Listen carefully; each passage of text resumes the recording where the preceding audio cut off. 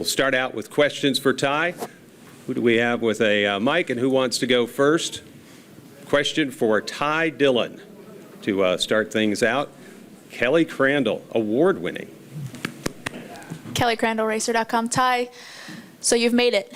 You're at the cup level. This is where you want to be. So I know it's exciting, and we always hear that. But when you sit down and think about it, what does it mean now to be at this level?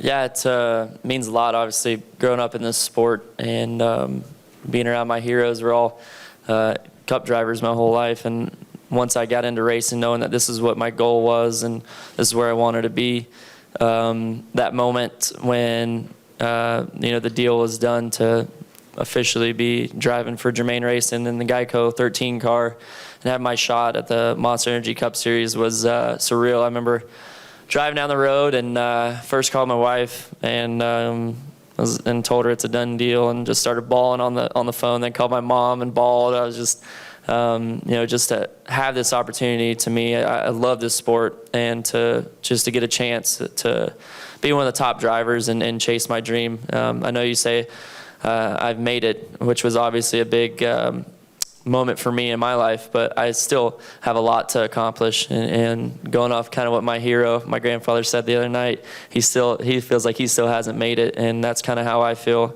I'm not going to be satisfied till I win races and win championships, and then maybe be back here like he was.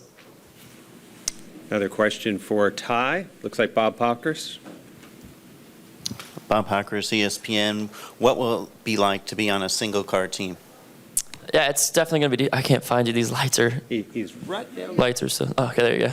I can't hardly see. It's to be a part of the single car team is going to be different. And growing up, being around a multi-car team and program my whole life, you kind of learn the ins and outs of how that works. But I still feel like there's going to be the best of both worlds for me because we are a strongly connected with RCR Racing, with our technical alliance. So we're still going to have that multi-car feel, but also be able to separate ourselves and being that we are just Germain Racing, the 113 team. So it's nice to have a little bit of our own identity, for me to have my own identity too. And I think it'll help the growth of both programs, myself and the team. Stan, and then back in the back. So if you get, Don Stan, and then we'll get that. Don Gamble, Rapping on Racing. I've watched your success in NASCAR. There's no doubt you're going to be a superstar. I'm guessing, though, when you want to relax, you go out to Volusia, get in one of those dirt cars, and the winning continues. Is that your relaxation?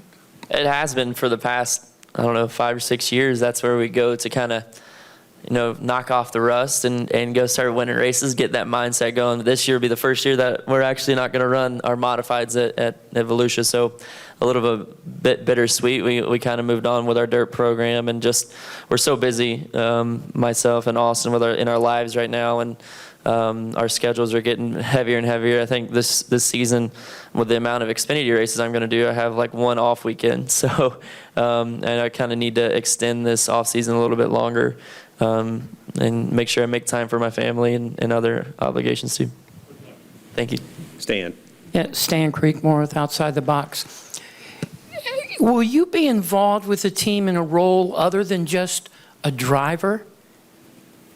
I think my whole career, I keep saying it, but growing up in the situation that I did, being around racing my whole life, the great drivers always put themselves in more of a role than just a driver. I think you got to be a team leader, a motivator, and someone who keeps pushing the team in the right direction of what you see. And all the great drivers who have come through RCR have done that. So when I even being a rookie going to a new team, I want to keep pushing the positivity and become a leader and a positive motivation to getting better.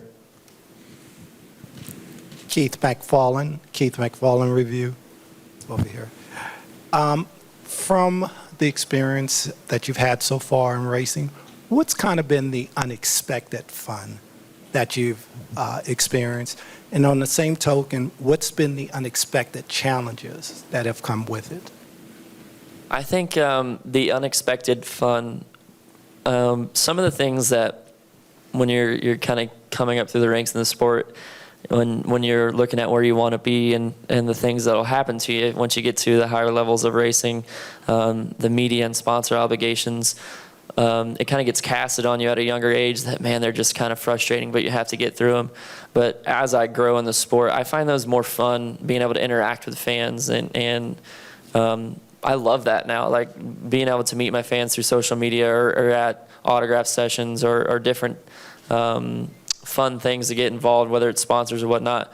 I think that's fun now, and I always thought that was going to be something that wasn't all that it was cracked up to be. I knew racing was going to be fun because that's what I love to do.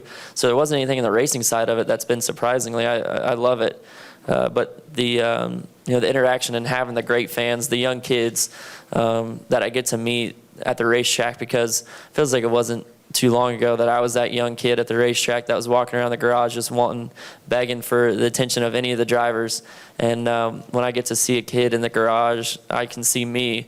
And when I can, shake their hand or sign something for them, that spark that lit up in me when I was a kid, I can see it in them, and that's what it's all about for me. Zach. Yep, Zach Albert, NASCAR.com. Ty, how do you assess this year's rookie class and with you and racing alongside Daniel Suarez and Aric Jones as you have for a few years now? Yeah, it's a great rookie class, and the thing is, all three of us are similar in a lot of ways in the way we approach racing. We were just doing the rookie seminar together, and we all have an understanding of each other on the racetrack. We go hard on the racetrack, and that's kind of all three of our driving styles. Is every lap we race hard, and I think it's going to be an exciting rookie race. I feel like people have kind of put us a little bit on the back burner, me and Germain Racing, and I think they're going to be a little bit more surprised than what they think. What's one of the things that, if you could tell that little Ty Dillon, when he was racing bandos and watching Grandpa and being in Victory Lane with Dale Sr. and stuff, that is even cooler than you thought it would be now that you are at this level? What's even more exciting and better now? I just think, like I said, with the fans, and I never knew how much satisfaction that would help with my career, meeting the people who are dedicated to watching me and big fans of me.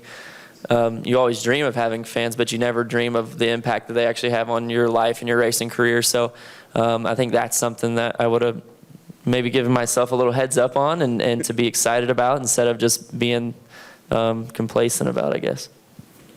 Question?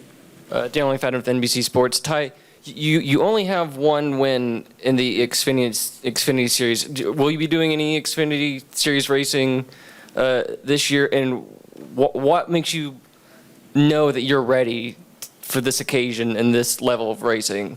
Because in my heart, I feel like I'm the best driver. And if I didn't have that kind of confidence, I wouldn't be driving race cars. So I knew I was ready for this opportunity, and I've proved in different situations. Obviously, the wins weren't what we wanted in the Xfinity Series the past couple of years, but we were also growing as a team and changing as a team at RCR. Had a lot of different things going on. We will win Xfinity races this year. I can guarantee you that. We got a lot of great things going on, a lot of positive momentum with that side of the program. To answer the first part of the question, I'm going to be running 20 Xfinity races this year, so pretty hefty schedule on that side too. I think it's there's just 6 that I can't do, so we're not done over there on that side. Got a lot of races to win yet. About one more question. Who's got it? Oh, got Jenna. Or she's ordering more pizza. No, we're good. She's got a question. It is food related. Okay. Your wife's cakes, how good are they? And is that something she wants to do?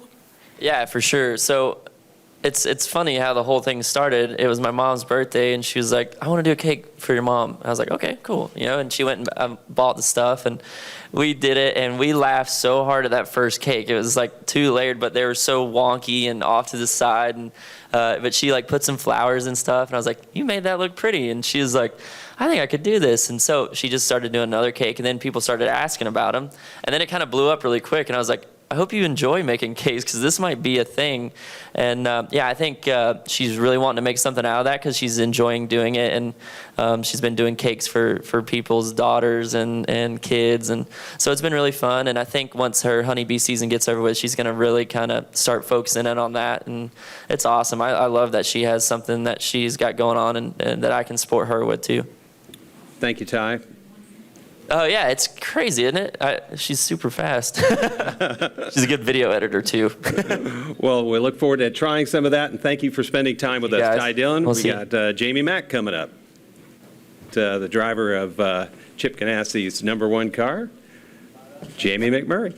Oh, he's loving that. First question. I didn't hear that. I think I'm thankful. First question for Jamie. Here we go. Holly Kane, NASCAR.com. Hi, Jamie. Hello, how are you? I'm great, thank you. Good. I've been asking a lot of people, but if you could just talk about the new format, the championship, and What'd they do? what you think. Just kidding. Just kidding. So, is Utter in here?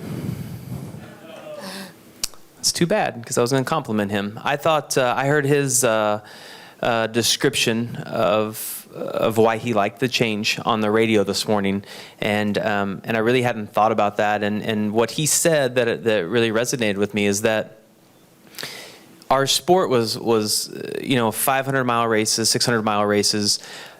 It was all about being able to make it to the end. And even when I first started racing, at a track like Martinsville, you would always have at least one car run out of brakes, maybe more. Somebody always broke a rear gear. It seemed like every race there was someone at a 1.5-mile track that would blow up, maybe two people. And if it was an engine builder, maybe all those engines would blow up in the race.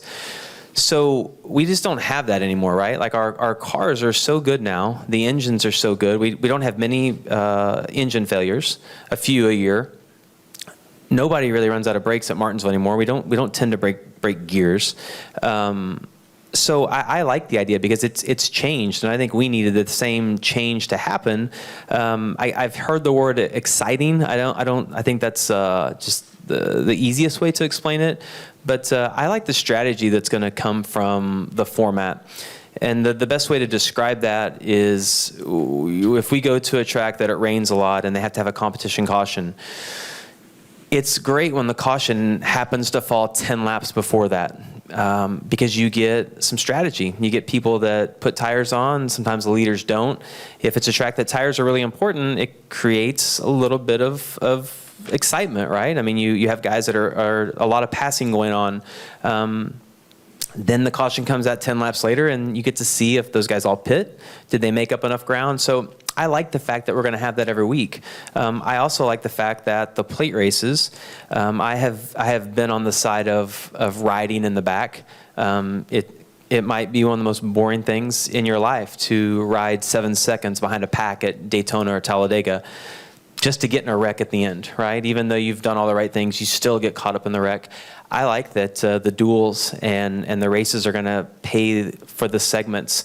I also like the fact at any track that we go to, if you run really well all day long, you're rewarded for that. And if for some reason your engine does blow up or you get caught up in a wreck at the end, if you ran well all day long, you're going to get something out of that. And I think that is, I can't find anything, any negative side to it. Next question. Jordan Bianchi, SB Nation. Jamie, we know Jamie is not always the most popular driver among fans because of the success. Among his competitors, though, his fellow competitors. I'm sorry, I really didn't hear you. Jimmy Johnson. He's not always most popular driver among fans because he wins so much. Yep. Among drivers, though, as a person and as a driver, what's his reputation? Jimmy is, I don't know anyone that doesn't like Jimmy. I feel like he's the guy that you would like not to like because he does win all the time. He's got a beautiful wife. He's got great looking kids. He just kind of has everything, but he's just always so nice. And I have known him since 2000, I believe, when we were running the Busch Series together. And I've had some great moments with him prior to getting married.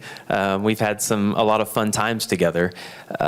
But I see him talking to new guys that come to the sport, or maybe it's a rookie in the truck series. He's really nice to everyone. And I mean, I couldn't find anything bad to say about him. Really great guy. Dan Creekmore with a hand in the air in the middle of it, and Lena's making her way there with the microphone. Jamie, Stan Creekmore with Outside the Box. Okay, a fellow Missourian lays down his helmet, steps out of the car. Have you ever had the thought that you wanted to step outside of a car, being from Missouri as well? I don't know that the state you're born in really has anything to do with the retirement factor. That seems like a pretty big stretch. I'm going to try to link those, but I don't think I can. No, I mean, I was completely taken back by Carl's decision. I think maybe there's someone in here that knew, but I was blindsided by that. And I mean, honestly, I hope that more comes of that story. I hope to learn. There's when I didn't actually watch the press conference. I read some quotes from it just because I was curious, right? And I don't really know Carl well enough to call him, I feel like, and ask him outright. But I don't know. My gut tells me that maybe we'll hear more later on. But yeah, I was pretty taken back by that. Darren? Daniel McFadden with NBC Sports. Going back to this year's changes, how much in the know were you and Kyle Larson kept in on the discussions around him through the off season? What was it like for you waiting to once again hear how your profession was changing? Are you talking about the format change? So I think all the drivers were kept in the loop, whether it's through the group me text or message that we have kind of going on. Or through the team. I actually probably learned more through the team than I did on the text. And it was somewhat of a progressive discussion where some things that we talked about didn't happen, other things we didn't talk about did. So when the announcement came out, I already had a really good idea what was gonna happen. When I read Twitter, I got angry as I read the negativity around it from fans, because I think it's so hard to criticize something before you see it, right? We live in a world that I feel like people don't like change, and unless it's for the president. That was supposed to be funny, okay? That was supposed to be a really funny joke. I feel like Matt Kenseth right there at that moment. His jokes worked. Good for him. So I think change is hard, and I actually had a phone conversation with a friend that's involved in NASCAR that has been around for a long time, and he was kind of on that same page. And I called him out, and I'm like, I don't understand how you can be upset about it when we haven't even tried it yet. Because personally, I like everything about it. To me, it's what we needed, and so. I mean, I was somewhat involved in listening to it and hearing the different steps. So I think not just being hit with everything at one time, it wasn't quite as shocking as maybe what it was to a fan that didn't have any idea, and then it all came about. Jim Utter made it back. If you want to tell him, Where are you? he's straight ahead of you. God, I gave you props earlier. I did. Mm-hmm. I listened to you. I don't know when you did the interview, but I listened to you on the radio this morning. Give your description of why you like the new format change and the fact that we don't have as many engines blowing up. We don't have brake failures. That it's not necessarily about making it to the end of the races now because the equipment's so good, the teams are so good, the drivers are so good. And I thought that was the best description I'd heard so far. So nice work. Can I ask you a question now? I don't know. JimUtterMotorsport.com. You don't have to state your name. That's all right. Mm-hmm. Were you surprised that I kind of talked about this yesterday with some people, but everyone jokes that you can't get anyone to agree on anything in NASCAR. Were you surprised that all these different groups were able to come together and at least agree on some of the main tenets that would produce this? Because a lot of times there seem to be competing interests in NASCAR. I'm not completely surprised. I feel like over the past 2 or 3 years, we've made a lot of changes to the car, and I feel like we've kind of worn that dial out, even though, in my opinion, we've went the right direction. Just getting the mid-corner speeds down and getting tires that fall off a little bit more. So I think all that was great. This, to me, was just the next step. And it, from what I understand, from what I have been told, I think all of the teams that were involved in with NASCAR and making the decisions, everyone was kind of pulling the rope the same direction. So I'm not completely shocked by that, because I think you had a large group of grown-ups in a room that all were trying to get the same thing accomplished.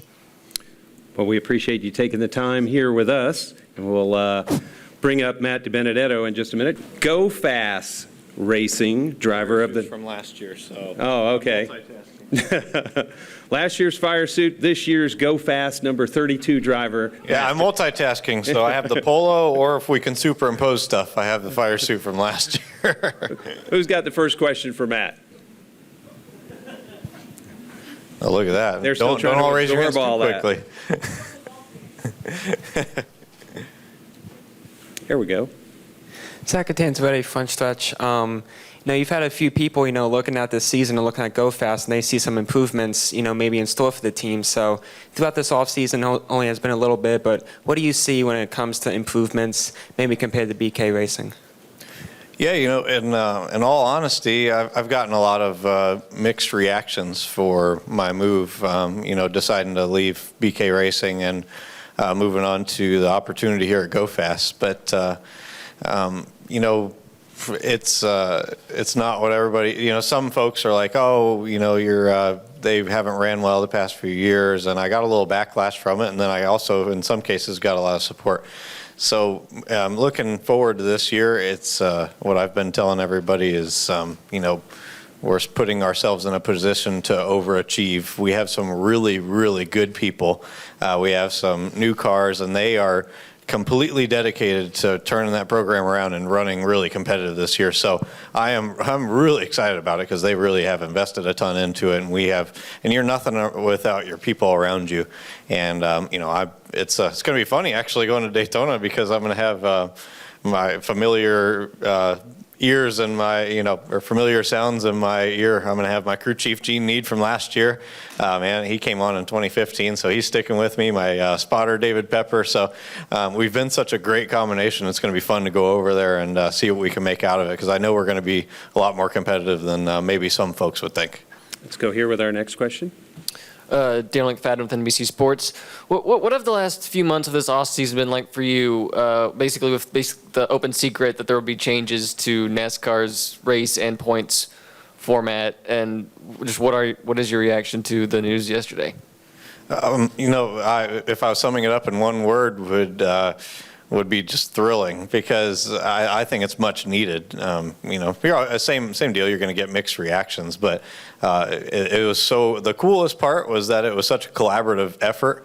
So I think everybody was pretty much on the same page. So moving in this year, it's going to be awesome. I think it's going to be so much fun, and especially from giving my point of view on it, being maybe a smaller team, and looking into this format, it's going to give us some opportunities that maybe we didn't have before. So heck, if some guys are, the guys are racing the end of the segment, and we're like, hey, we can pit, and then when the segment ends, we could stay out and gain a bunch of track position, or if we can put ourselves in positions to do the opposite and have chances to be up front at the end of a segment or stage, I'm pretty excited about that. So much needed, and I'm excited about all the Monster coming in, and it's going to hopefully bring a younger group of fans to the sport. There's a lot of it's cool to see how everyone's been working together in the direction that NASCAR is going. I'm more excited about it than ever.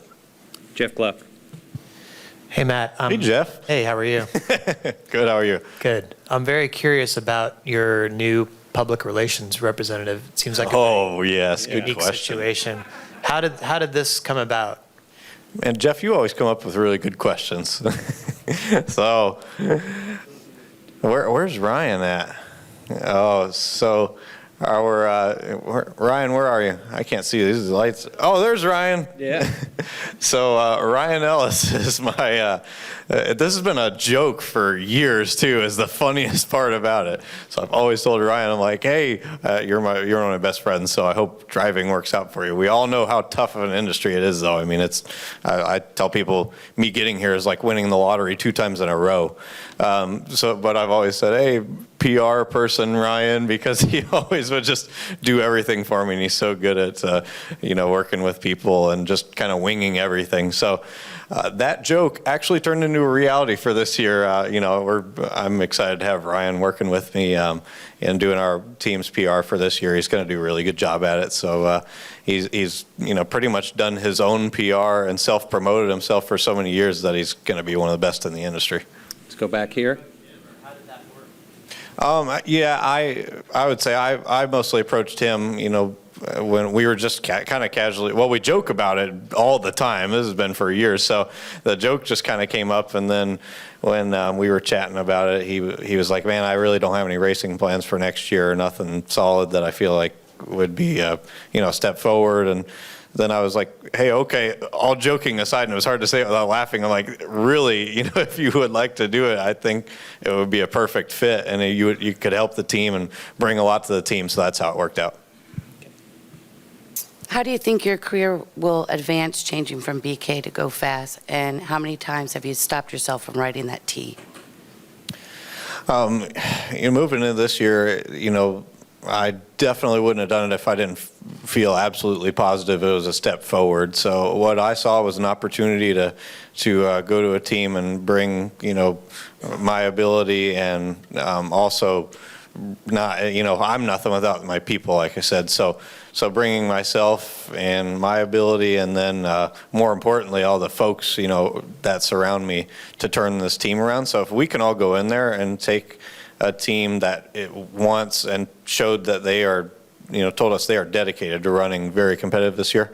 So if we can go in and take that and run, significantly better than they have and be running really competitive, that I think that's going to reflect on all of us. And it's going to, I don't think there's any better opportunity for the position I'm in.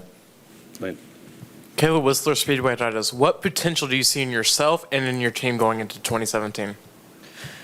So it's a lot different going into this year. Every year you feel so much more comfortable. My first year, you walk in and I'm like, oh my gosh, there's Dale Jr. Oh, there's Tony Stewart. There's, all these guys that heck, if I'm being honest, I still have their memorabilia up in my office at home. So I just felt like a fan, and you're so kind of nervous. Now going into my 3rd season, you're just more comfortable, and you're able to focus on putting every bit of your race together and perfecting your pit stops and little things. So confidence is everything. So when you go into a season so confident and having a working relationship with, some of the guys on my team and my crew chief and my spotter, you go in there with that confidence, and that's, that makes a huge difference. Chase Wilhelm. Chase Wilhelm, FoxSports.com. Speaking of your new PR guy, Mr. Ellis over there, he left his dog at your house for a day, and the dog got pink eye. What's the deal there? Yeah, man, I'm apparently a bad dog sitter. I don't know what happened, because all we did was nap together all day. I did notice something on his eye, and I texted him and told him right away. I was like, hey, I noticed something on his eye, so it wasn't me. I'm not trying to hurt your dog. So Andy is my napping partner, though. Chris. Chris Knight, catchfence.com. Matt, I was just wondering if you could talk about your team owner, Archie St. Hilaire. He's really trying to make an emphasis and be more of a standing figure in the sport. What is it that attracted you to Go Fast, and what can you say about Archie? Man, Archie, I've had the privilege of knowing actually for years, from when he was in the Xfinity Series and, now being in the Cup Series for multiple years. Archie is one of the most honest guys I know, and he keeps his word on everything he says, and I've known that characteristic about him. And he says, it comes from his French heritage. He is really a man of his word. So when he told me, when I was having those discussions with him, and he told me, hey, we need to run competitively. This is what we got, is what we're looking at. We would, like to have the combination of you and Gene, things like that. I knew what he says he means, so you can take it to the bank. So that's what I was really excited about, was knowing that, he was truly dedicated to running competitively. So that's, what enticed us to come in there and talk and come up with a game plan. And it all came together really quick, actually. I mean, I've never had a ride come together this fast in my life. It was, I think it really came together in darn near a week. About one more question for him. Lewis.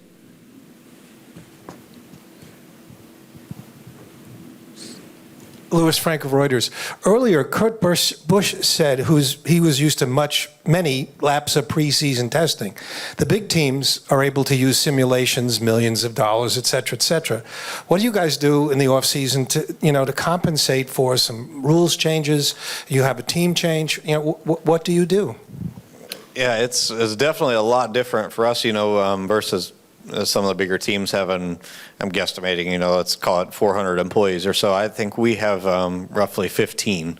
So it's definitely a smaller group. But, it's cool because we have 15 really good guys. So it makes a big difference. But, as far as that stuff, they will be running a lot of simulation and have access to tools that we couldn't fathom having. We're doing it more of an old school way. But, my crew chief, Gene, says, while they're using all the simulation, we're using the common sense theory.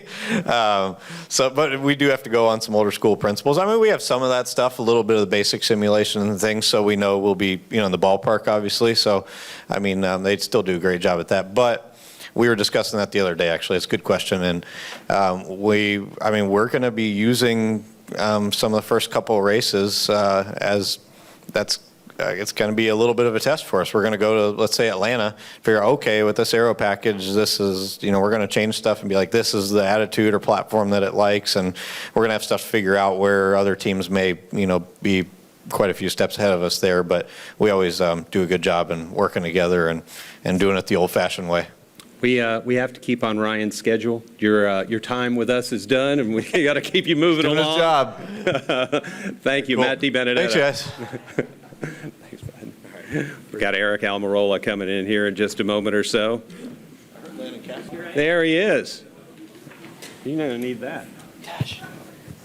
Aric Almirola, driver of the Y'all are going to get a 43. suntan in here. Those lights are bright. They are. It's killer. Who's first question? Where we got it? There we go, Bob Pockris.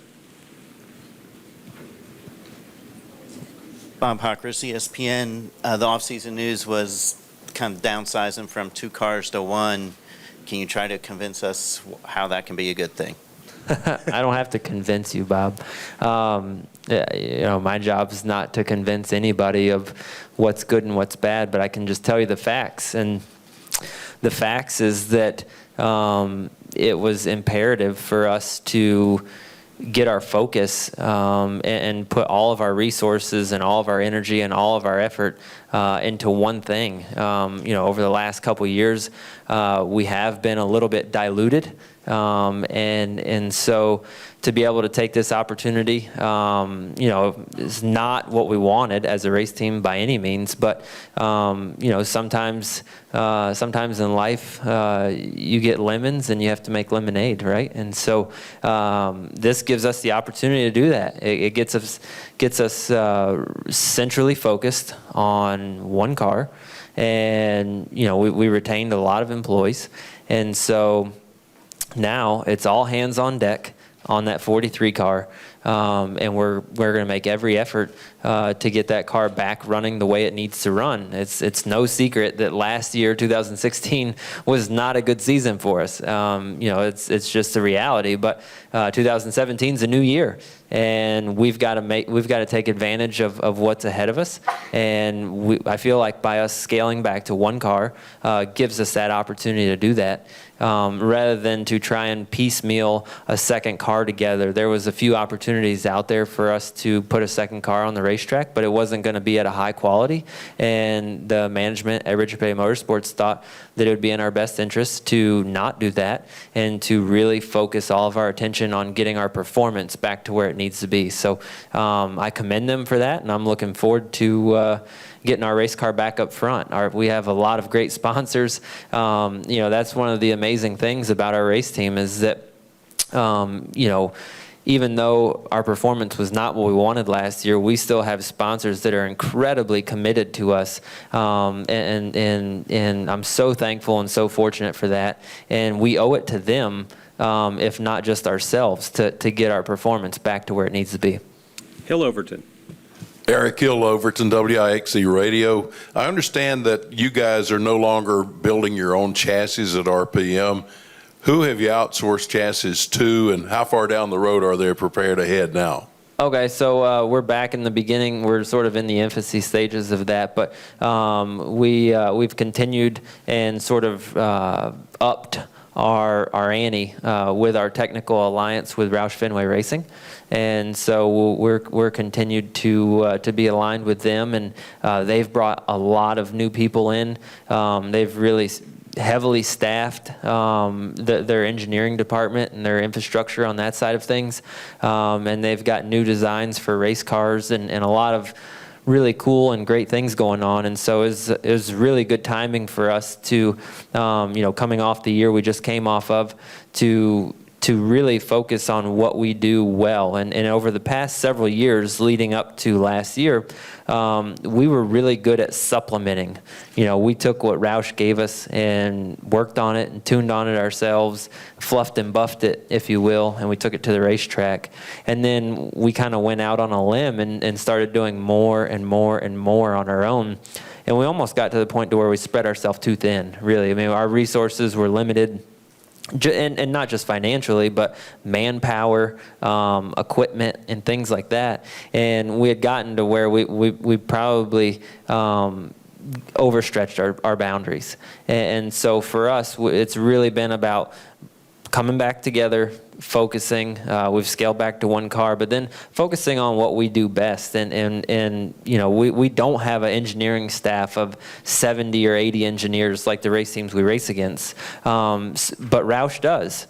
And so for us to be able to pull from that resource and piggyback off of the knowledge and the people and resources that they have, and then bring their cars into our shop and go from there and get them ready to go race, I think is going to get us back to kind of where we were 2 years ago when we were really competitive. Stan Creekmore with Outside the Box. Aric, which of the four drivers do you stay in contact with to try to help? Did you say four or Ford? Ford, F-O-R-D. Okay. Drivers, do you stay in contact with to help you continue to grow as a driver?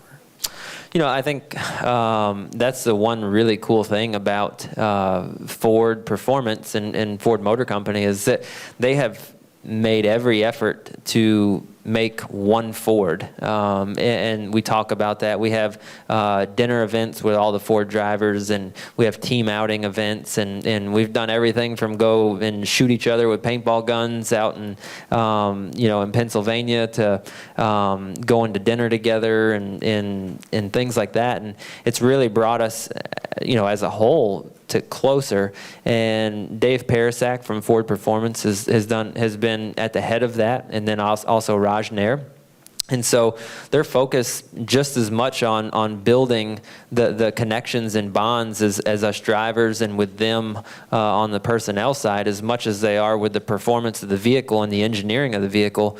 And I think that's gone a long way for us. And so I feel really connected to all the Ford drivers. We have a lot of, dinner events and then informal and formal meetings together to where I feel comfortable. I can talk to Joey, Brad. I can talk to the Roush Fenway drivers. Obviously, we have a technical alliance with them, so that's an easy connection. And then the Stewart-Haas thing is new and that's fresh. But I think as time evolves and we get going through this year, that will come pretty naturally, like the Penske thing did as well. Jordan Bianchi. Jordan Bianchi, SBNation.com. You are close with Jimmy Johnson. You guys are good friends, and he's well respected and well liked in the garage. Do you wish fans would be able to see that a little bit more from him and become more accepted? Because the boos are still there. They're becoming less and less, but they're still there. No, I think it's fine. I mean, I'm under the impression that I don't really care what anybody else thinks about Jimmy Johnson. All I care about is I have my opinion of him, right? And so we're friends. I've built a relationship with him over the years in the sport, and I consider him a great friend, and he's an incredible guy. But it's not my job to sell the crowd or the media or the fans on being a Jimmy Johnson fan. So from that aspect, I don't.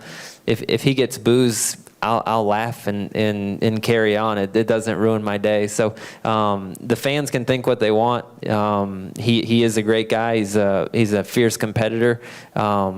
But out of anybody in that garage area, if you were freezing cold and all you had was a T-shirt on and you needed a jacket, Jimmy Johnson would probably be the one guy from that garage area that would offer you his jacket and take it off. And I think that speaks volume about who he is.